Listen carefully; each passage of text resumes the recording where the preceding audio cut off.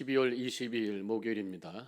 오늘 함께 나눌 말씀은 마태복음 21장 1절부터 13절 말씀입니다. 제가 봉독하겠습니다.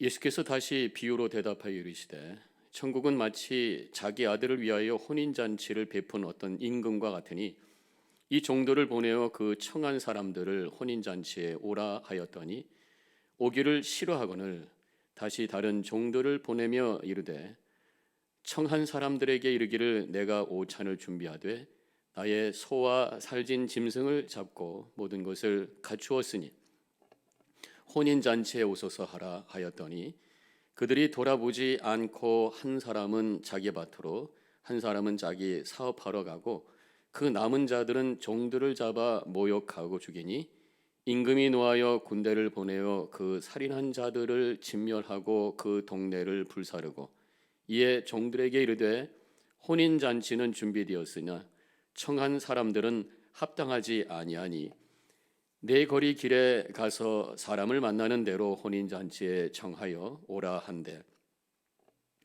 종들이 길에 나가 악한 자나 선한 자나 만나는 대로 모두 데려오니 혼인잔치의 손님이 가득한지라 임금이 손님들을 보러 들어올새 거기서 예복을 입지 않은 한 사람을 보고 이르되 친구여 어찌하여 예복을 입지 않고 여기 들어왔느냐 하니 그가 아무 말도 못하거늘 임금이 사환에게 말하되 그 손발을 묶어 바깥 어두운 데에 던지라 거기서 슬피 울며 이를 갈게 되리라 하니라. 기도하겠습니다.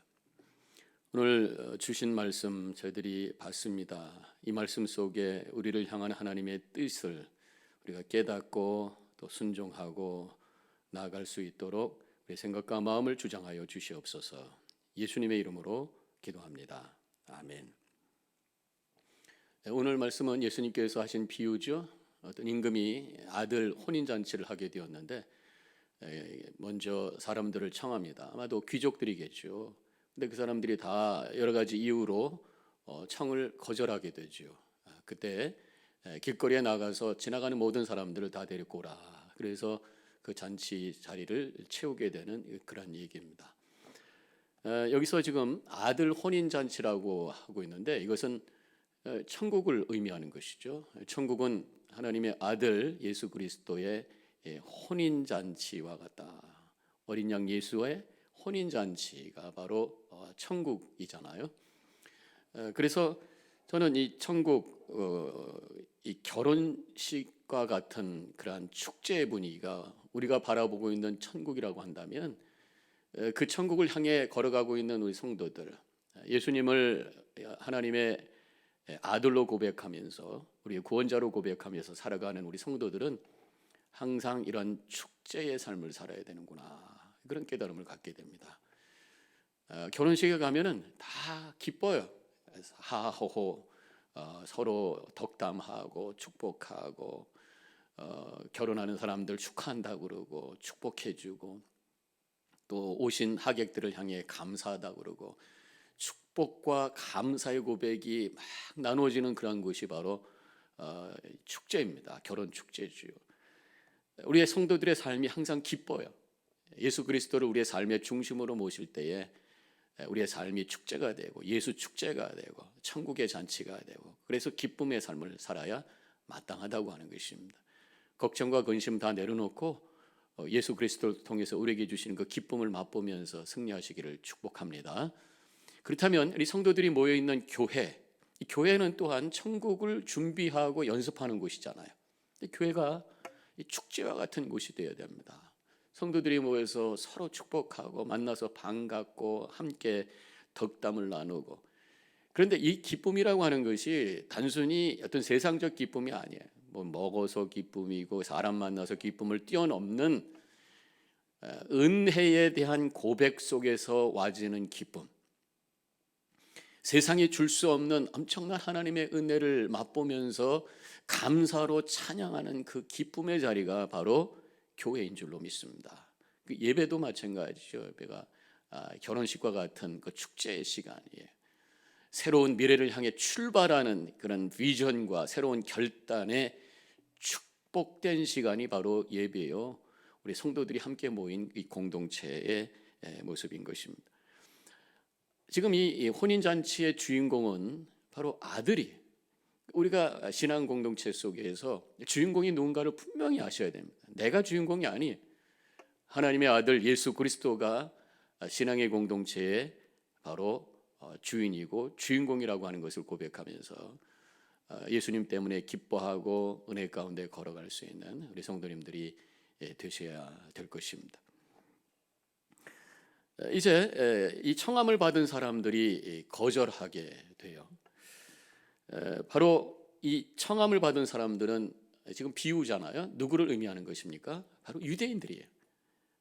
하나님께서 이스라엘 백성들을 이미 선택하셔서 그들을 하나님의 백성으로 삼아 주셨고 언약의 백성으로 이끌어 주셨어요. 예수님께서 이 땅에 오심으로 그들을 천국으로 초대를 하신 거예요. 그런데 그들은 그것을 거절합니다. 예수님을 하나님의 아들로 고백하지 않아요. 거절합니다. 여전히 율법 붙들고 이 축제의 삶이 아닌 무거운 짐을 지고 살아가는 그런 안타까운 모습을 우리는 보게 되죠. 결국 예수님까지 죽게 하고 또 예수 그리스도의 이 복음을 증거하는 많은 사람들을 핍박하는 그런 사람들이 바로 유대인들이었다고 하는 것이에요. 축제 자리에 참석하지 못하고 하나님의 종들을 죽이는, 지금 임금의 아들의 이 축제 자리를 거절한 이 사람들, 또 그들을 인바이트하는 종들을 잡아서 죽게 했던 그 사람들이 바로 유대인인 것을 말씀하고 있는 것입니다. 그래서 7절에 보면은 임금이 노하여 군대를 보내어 그 살인한 자들을 진멸하고 그 동네를 불사르고, 예수님을 거절하고 복음 전도자들을 박해하고 천국 잔치를 거절했던 그 사람들의 결과는 결국 심판이고 멸망이라고 하는 것입니다. 불신과 또 박해, 이것은 바로 성령을 방해하는 죄, 용서받을 수 없는, 심판에 던져질 수밖에 없는 죄악인 것을 분명하게 우리에게 보여주고 계시는 줄로 믿습니다.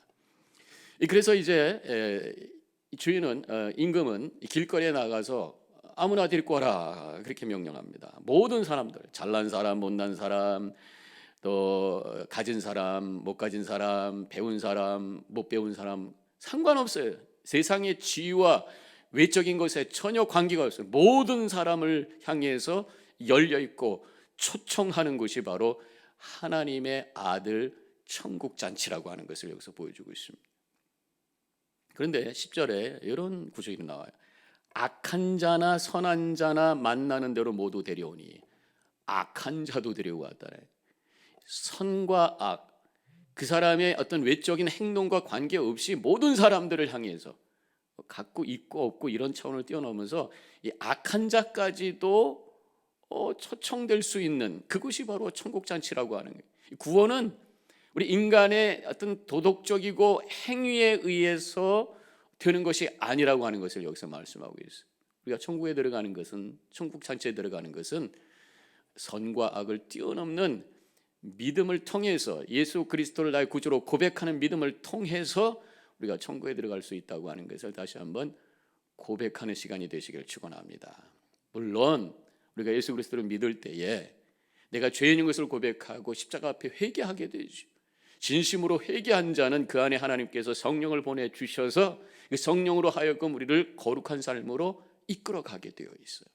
예수 믿을 때에 우리 삶이 변하게 되고 거룩하게 되는 줄로 믿습니다. 그러나 지금 현재 그 사람이 죄 가운데 있고 악한 사람이라고 할지라도 그 죄 때문에 그 사람은 천국의 대상이 아니라 말하지 않아요.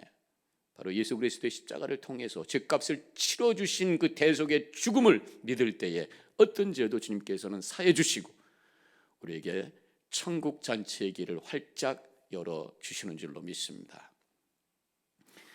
근데 여기서 아들 혼인잔치에 참여하는데 모든 사람들 다 초대했는데 한 가지 조건이 있었어요. 그것은 바로 예복을 입어야 된다고 하는 것이었습니다. 11절과 12절, 임금이 손님들을 보러 들어올세 거기서 예복을 입지 않은 한 사람을 보고 이르되 친구여 어찌하여 예복을 입지 않고 여기 들어왔느냐 하니, 지금 예복이 없어서 그냥 들어왔다는데 그거 가지고 왜 지적을 하시나, 그런 질문을 가질 수가 있어요. 돈이 없어서 예복을 살 수가 없어요, 그래서 그냥 왔어요, 할 수도 있지 않을까? 그런데 제가 주석을 보니까 그 당시 유대 결혼 풍습은 결혼식장에서 그 결혼을 주최한 측에서 예복을 준비했다는 거예요. 그래서 들어올 때에 그 예복을 갈아입고 입장하게 되어 있다고 하는 것입니다. 여기서 예복을 입지 않은 사람은 예복이 없어서 못 입은 것이 아니라 예복을 거절한 사람이라고 하는 거죠. 그래서 이 임금이 화가 나서 그 13절에 보면은 임금이 사환들에게 말하되 그 손발을 묶고 바깥 어두운 데 내던지라, 거기서 슬피 울며 이를 갈게 되리라 하니라. 예복을 입지 않고 예복을 거절했다고 하는 것은 그 결혼식 잔치를 존중하지 않은 거예요. 무시한 거예요. 그것은 주님께서, 이 주인이 받아들일 수 없었다고 하는 거예요. 임금이 받아들일 수 없다고 하는 것이죠. 자, 여기서 예복도 이것은 비유니까 우리에게 어떤 것을 의미하고 있는가 생각을 해봐야죠. 바로 예복, 우리가 하나님 앞에 가기 위해서, 천국 잔치에 들어가기 위해서 꼭 입어야 될 옷이 있다는 것이죠. 성경에서는 그것을 그리스도의 옷이라고 말씀하고 있습니다. 갈라디아서 3장 27절에 누구든지 그리스도와 합하여 세례를 받은 자는 그리스도로 옷 입었느니라. 예수님을 구주로 고백하고 내가 죄인인 것을 인정하면서 주님의 은혜를 고백하고 믿음으로 결단한 사람은 그리스도의 옷을 입은 사람이에요. 그래서 세례를 받게 되잖아요. 세례는 믿음에 대한 외적 증거잖아요. 그 사람이 바로 예수 그리스도의 옷 입은 사람. 비록 우리가 더러운 죄 가운데 있지만 그리스도의 의로운 옷으로 우리를 의롭다 인정해 주시는 그 은혜의 옷을 입은 사람이 천국 잔치에 들어가서 주님과 함께 기쁨으로 살게 된다고 하는 것입니다. 근데 저는 그런 상상을 해봤어요. 예복을 이렇게 입었는데 예복을 잘 간수해야죠, 깨끗하게. 그런데 예복을 입고는 뭐 밖에 나가서 흙바닥에 주저앉거나 진흙탕에 뒹굴뒹굴해서 이걸 더럽힐 수 있어요.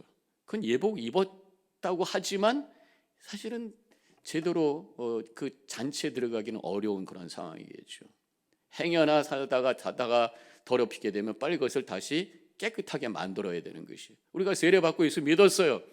그런데 이 세상에 살다가 보면 나도 알지 못하는 사이에 더러운 죄가 예복을 더럽힐 수가 있어요. 그것을 다시 한번 회복시키는, 영적으로 빠는 세탁하는 그런 시간이 필요한데, 저는 그것이 성만찬이다, 그런 고백을 해보게 됩니다. 성만찬을 통해서 거룩한 식탁에 나아갈 때에 우리 자신을 되돌아보고 회개하고, 또 이 성만찬의 거룩한 빵과 포도즙을 통해서 내 죄를 다시 한번 사함을 받고 주님의 은혜를 고백하고 감사하며 찬양하며 새로운 결단을 가지고 들어가는 이러한 정기적인 성만찬의 고백을 통해서 우리의 영혼을 계속해서 거룩하게 유지해 나가는 삶을 살아가는 것, 이것이 우리에게 필요하다고 하는 것입니다. 깨끗한 예복을 입고 하나님의 앞에 설 때에 기뻐하시고 천국의 혼인잔치에 기쁨으로 우리가 동참하게 되는 것입니다. 우리 성도님들, 예수 믿으시고 또 예수님의 거룩한 의의 옷을 입으시고 또 성령의 도우심 가운데 늘 거룩한 삶을 유지해 가심으로 말미암아 천국 잔치에 동참하셔서 기쁨으로 찬양하는, 그것이 지금부터 시작돼서 영원히 지속되는 놀라운 축복을 경험하는 우리 성도님들 되시기를 주님의 이름으로 간절히 축원합니다. 기도하겠습니다. 하나님 감사합니다. 우리 주님께서 우리를 부족한데도 거룩한 천국의 잔치에 초대해 주셔서 예수 그리스도의 이름으로 예수 그리스도의 거룩한 옷을 입고 참여할 수 있도록 은혜 주심을 감사합니다. 그것이 지금부터 출발되고 지금부터 시작되는 천국 잔치의 삶이 될 수 있도록 늘 주님을 우리의 삶의 중심에 모시게 하옵시고 성령의 도우심 가운데 거룩함 가운데 기뻐하며 찬양하며 걸어갈 수 있도록 인도하여 주시옵소서. 감사하며 예수님의 이름으로 기도합니다. 아멘.